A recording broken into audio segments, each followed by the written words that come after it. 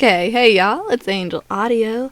I'm gonna apologize because my voice is pretty messed up right now because it's getting that time of year where my voice starts going out.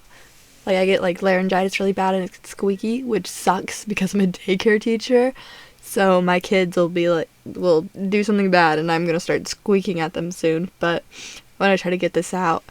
Also, it is November, which means white people covered up the Indians' time. Well, they didn't cover them up, but they were really mean to them time. And also, I think it's Native American Heritage Month, probably. I think they did that to help fund the Stop Celebrating Columbus thing. Stop celebrating the Pilgrims thing, which, like, everybody still does. And I'm still gonna eat the food, but, you know.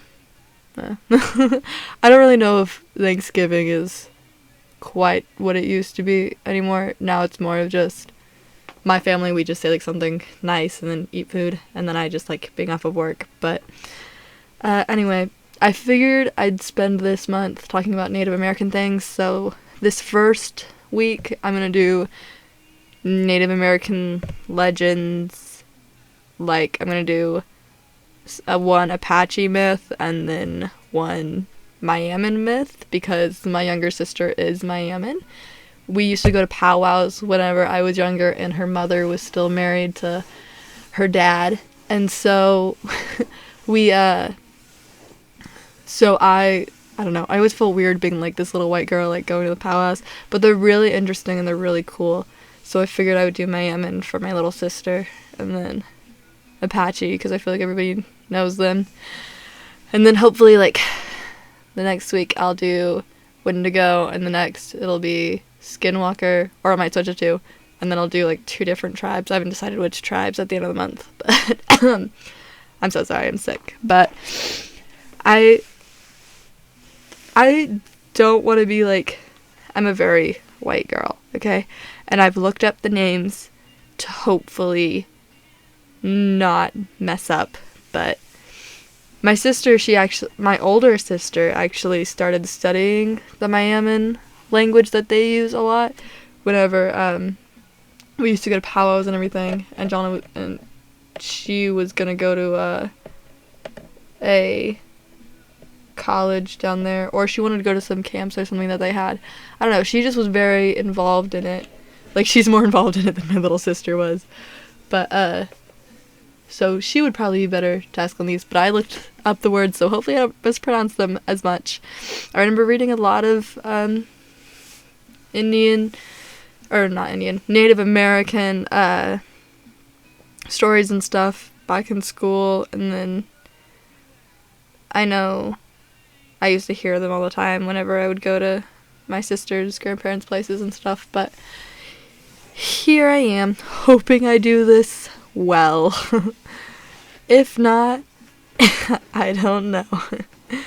Okay, so Native American legends,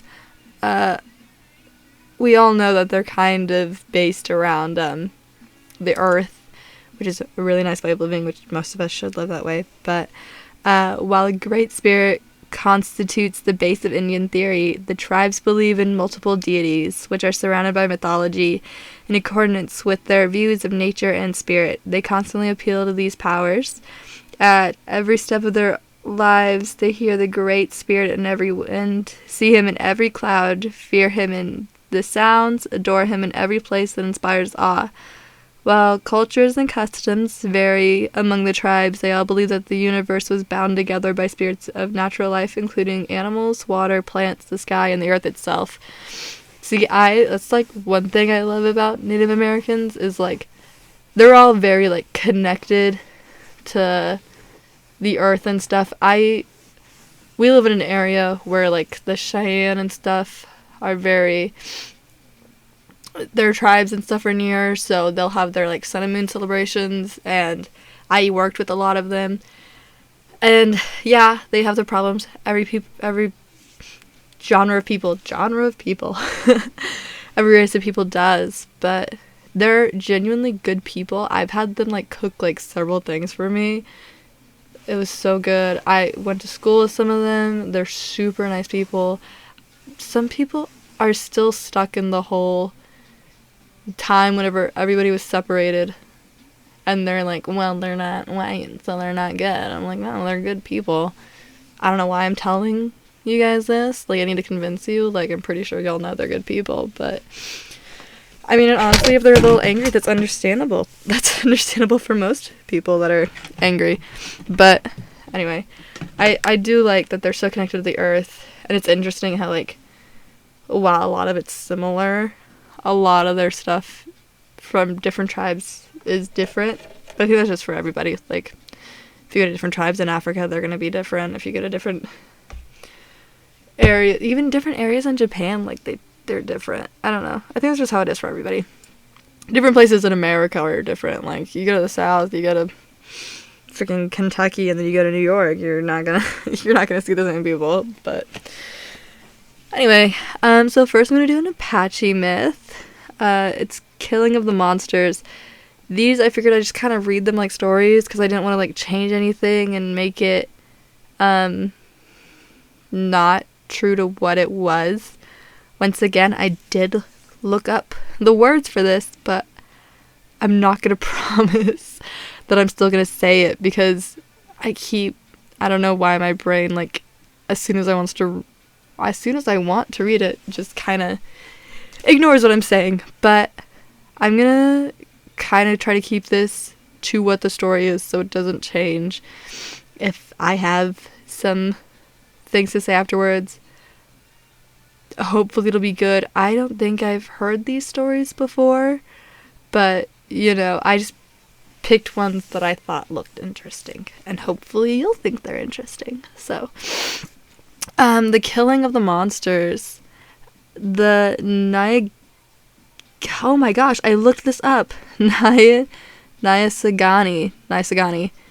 a Jakrilla creator god, came where elk had been killing people. He could not get near it, although he tried to approach it from every side. Then another person came to him to be his partner. My companion, he said, I will gnaw off the hair on his breast for you. Having done this, he returned, saying, now go to him. Nyasagani went to him, made motions 4 times, and then shot him. He hid in one of the holes that this partner had made. The elk broke out of the uppermost hole. Nyasagani went into the next hole. The elk broke that out also. He then went into mother, which elk also broke out. He went into the bottom tunnel. Just as elk broke this out, he fell down dead. The partner then came up to him and said, the breast will be mine. Nagasani skinned it and took the hide. He also chopped off one of the horns. He filled 2 of the blood vessels with blood and spread out the hide in the sun until it was dry. He started away towards the eagle. When he came to him, he wrapped the elk hide about himself and went out into the open place. The eagle, when he swooped down, attempted to drive his talons into him, but could not penetrate the hide. He flew out without getting hold of him. He came to him again, but failed to get his talons in. He flew up again. He came back, and having failed, flew away again. Then he came back and dove in his talons. He flew away to his home with the man.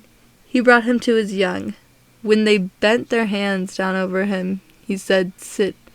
Father, when we put our heads down to it, it says, sit. One of them said, do not mind it. Go ahead and eat. It is the air coming out of the wound that makes that noise. When the blood flowed through the opening, the old eagle flew away. Nagasani came up to them holding the horn in his hand. When your father comes home, on what rock does he sit? He asked. He sits on yonder point of rock, one of them told him. Nagasani sat there with the eagle's children until the father came again, bringing with him a pretty dead girl, which he threw down. Making motions 4 times, Nagasani struck him, and he fell into the canyon. He heard him burst as he struck. When your mother comes back, where does she sit? He asked. She sits here, one of them said. Their mother comes back. Nagasani, making motions 4 times, struck her, throwing her into the canyon. Then he said, in the young eagles, you will be just as large as you are now. People will like your feathers. Those who take them will have their muscles drew up. You shall not talk, he said. Then they ceased talking. In the distance, his grandmother, Bat, was going into the open from the timber. She walked along carrying a basket. When he shouted to her, "Grandmother, take me down," but she did not hear. He shouted to her again, and then she heard. Then his grandmother came near him. "I shouted to you, 'Take me down, grandmother,'" he said. "Come up to me and take me down," he told her. Then she climbed up to him carrying her basket. "Grandmother, this carrying rope on your basket is very small." "Why, grandson, I carry very heavy things with this." "Fill it with stones and see if it breaks." When he had filled it, she jumped with it. Then she took the stones out again and got in. "Shut your grandson." She started to go down with him. "Do not open your eyes." "Eyes, grandson," she cautioned him. "The rock is sheer. We are falling, grandson. Do not open your eyes. We are down." When they were at the foot of the cliff, Nagasani said, "Grandmother, I have killed something. Let us go to it." When they came there, he said, "Now, grandmother, I will give you some good property. Put down your basket here." He then filled it with feathers. "Now you may carry it away, but do not go along the hillside. Go along the top of the hills," he told her. She carried it away along the hillside, and the birds came and took away the feathers. She came back to him, and he filled her basket again. "Do not carry the basket on the hillside," he told her. Again, she carried it along the side of the hill, and the birds came and took away all the feathers. She came back to her. She came back again, and he filled her basket for her. "Do not carry it along the sloping places, I told you," he said. Then they took the feathers away from her. When she came back to him this time, he said, "You do not want to possess this good property which I have been given you. For that reason your feathers will be poor. You will live in the clefts of the rocks, and will use bark for your house. Your garments will be poor. You do not want things that are good. You will not have a shirt." He went again where there was something bad. When he came among the people there, they said to him, "If you have supernatural power, take out our people from the marsh where they have sunk." "Very well," he said, "I will take them out for you." When he came to the place, he stood first at the east, then at the south, and then at the west, and finally at the north. When the water disappeared off itself, and he went to the entrance, he went in. "I have come for the people you have taken away," he said. "Bring them to me." "Do not bring me just one." "There are no people," replied the monster. "Just bring them to me. Do not talk." Then he brought them to him. "Just one sits there," he said. "I did not come for one," he told them. Then he sent out to one of them. "Are there many people where you are staying?" he asked. "There are many people there," he said. "Bring them all out," Nagasani said. The people all began to crowd outside. Then they went up to the surface of the ground. "You may just stay in the marsh," he said to the monster when all the people had come out and spoke to him. The monster, "You must not do it any time. Just soft mud does not talk. It must not speak words." Then he went out away from him and came where the people are. "4 of you take charge of your people," he said. "Do not go close to among the houses." The 4 of them came there. "Now pick out your own people and go home with them," he told them. "Now you pick your people," he said to another. Then that one picked out his people. Then he went to another place. "You pick out your people," he told the third. That one selected his relatives. Then he called out to another in the same manner as he had picked out his folks. Then they were all satisfied. Nagasani was sitting there. "I just speak to you," he said. "Select for me 4 pretty girls. I wish to go with them." Then he went away with them towards the west. At Kujajai he left one, at Sobai he left another, and at Bikadelkai the third. With the other one he went to the west, where they remained forever. So I guess that one was explaining why eagles were as small as they were, the bats live in caves and things, the marsh is how it is, and I was explaining explaining north, south, east, and west. Wow, I know how to say words. I'm pretty sure I butchered some of those words, but also my voice, almost gave up several times. But I liked it. I think it's interesting how each culture tries to explain why things are the way they are, you know? Like, the Greeks are like, this god does this thing, and the Egyptians do that. Everybody does that. Christians are like, God, God said it, and they're like, okay. But they, like, try to, I don't know, they're like, this one person did this one thing, and he did it so well that he created this. But it's really interesting. I mean, I guess it would make people think, oh, since they did this, maybe I can do this or something. But also, they did say he was a creator god, so I don't know if he started out a creator god or if just something, but anyway, it's a very good story. That was from the Apache, so I don't know. I know, isn't there Apache helicopter too? Yeah, I don't know. But anyway, we're gonna do the Mayaman folklore now. This is how Wissahickawacka, I looked it up, how Wissahickawacka got into some trouble. I don't know who Wissahickawacka is, but I don't know. Dude, my sister has a Mayaman name, like, not just her, like, regular, like, normal birth name. She has a Mayaman name, and so does her mother, and I can't remember what they are for the life of me. I think one of them is something that starts with an S, but I can't remember. I need to ask her next time she comes home from her mother's to be like, hey, what's your Mayaman name? I know her and her mother have kind of fallen out of going to, like, powwows and stuff since she's not as close with her grandfather and stuff, and their matriarch died, but I don't know. Maybe. Anyway, how Wissahickawacka got into some trouble. Two old blind men lived together and had plenty of game. They were far off by themselves. They had no cook, not anything. They did their own cooking. They had a guide rope to the river where they got their water. This Wissahickawacka was traveling through the country by himself and ran into these old people, and he asked them if they wouldn't let him stay with them. Oh my gosh. With them, that he might do some cooking. So the old men told him he might stay, and he stayed there quite a while. He asked them how they got their game, them being blind and never anyone close. But the old men never told him how they got it. He finally got tired of staying with them. Then he told them, I guess I'll travel on. And the old people told him, you may go. And when he left, he changed the guide rope to go to the steep bank. So after he was gone, one of the old men told the other, I believe I'll go and get a bucket of water. And he went, and never came back for a long time. Finally, the other fellow was uneasy. He went out. He fell into the river like the other, and they had hard work to get out. And they said, that's some of our crazy grandson's doing. By that time, Wissahickawacka was far out of the country. The old men said to one another, we can draw him back by smoking a pipe. So they filled a pipe and began making long draws of smoke, and that drew Wissahickawacka back to the house. When he got close to the house, how was he going to get along with them, and what was he going to do with him? He found that the door was wide open.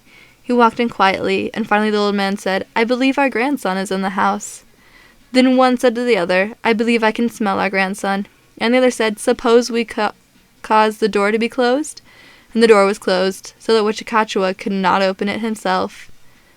Then each got a spear, and tried to spear Wissahickawacka. They kept going around inside the house. Finally they could hear him. They got him worn out.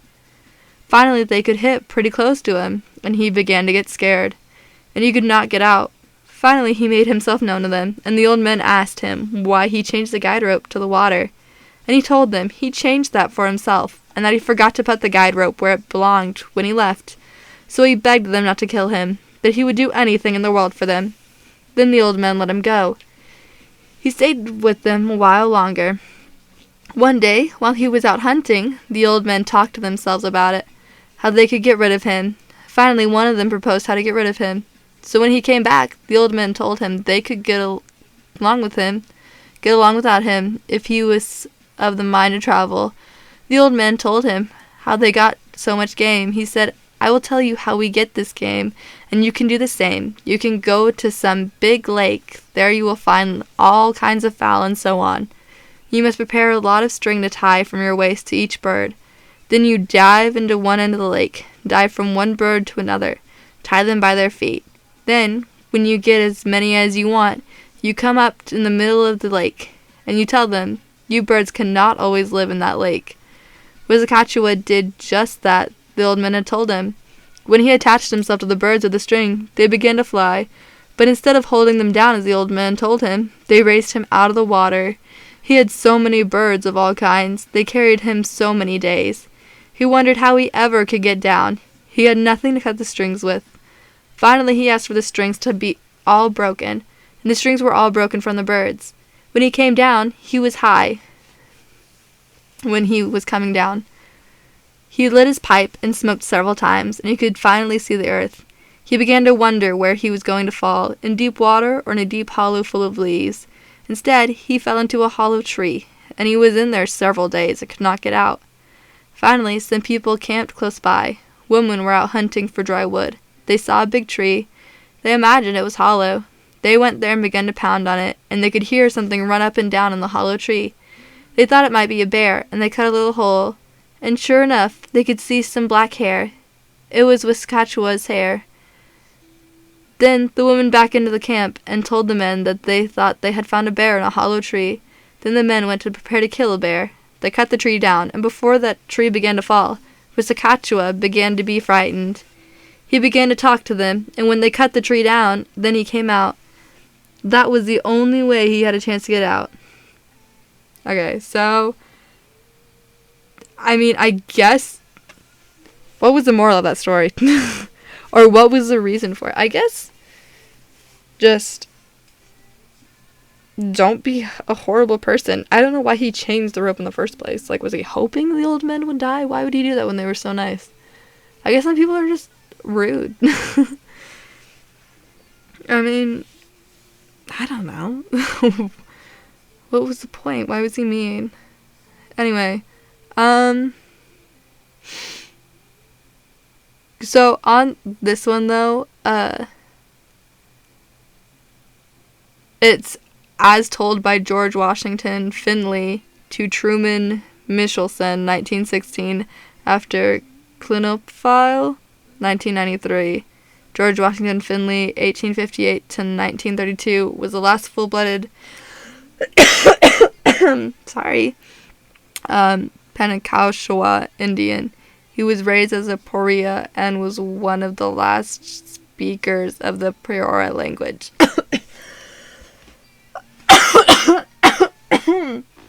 My gosh. Sorry, my voice is just like, Jesus. My throat's really messed up. Ooh. Okay. So that's good. Interesting that it was like, talk to him. It's sad that people's languages go out of fashion. Like, I know a lot of people don't speak Mayaman anymore. Or I don't know what they call their language. I think it might go by something else. But I know my older sister tried to study it, because since we were going to powwow so much, she was like, oh, I'll learn. And then she did. So they have a certain type of sign language, and my sister did that to the Lord's Prayer for a pageant talent thing.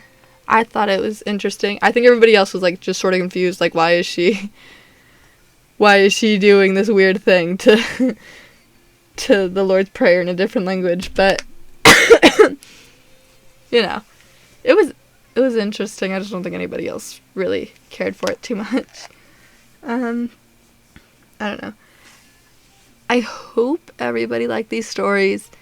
I personally don't read a lot of native stories anymore, just because it just doesn't interest me too much. Like, it interests me, but not enough to seek it out that much, you know?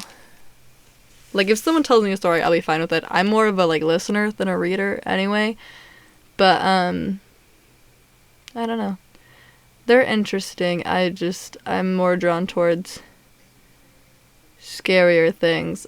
Some of these are sort of scary, but most of them are, like, life lessons or explaining how, like, something came to be.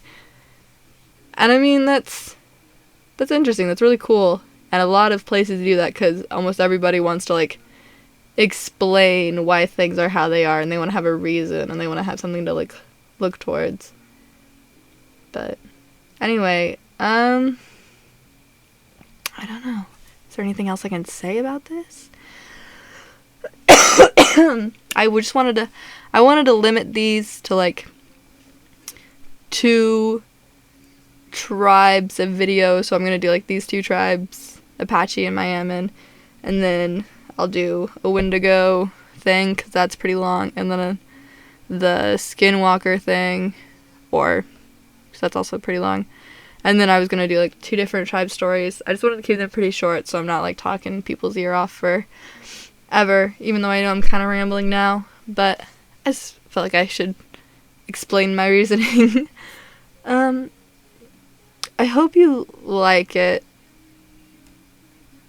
I honestly did this a lot quicker than I thought I would. And also the stories were a lot quicker than I thought they were. But I thought they were interesting. I thought they were cool. If you have a favorite native story that you have, and anybody watches this, because this is, like, my second video, put it in the comments, and maybe I will read it, because, I mean, I'll read them. They're just not something I usually seek out, you know? Everybody has their preferences, and, you know, this just isn't high on my list of preferences. I'd definitely read this over, like, the dictionary or something, but anyway, I hope y'all have a good time. I hope you like these stories. Happy November, and I'll see y'all later.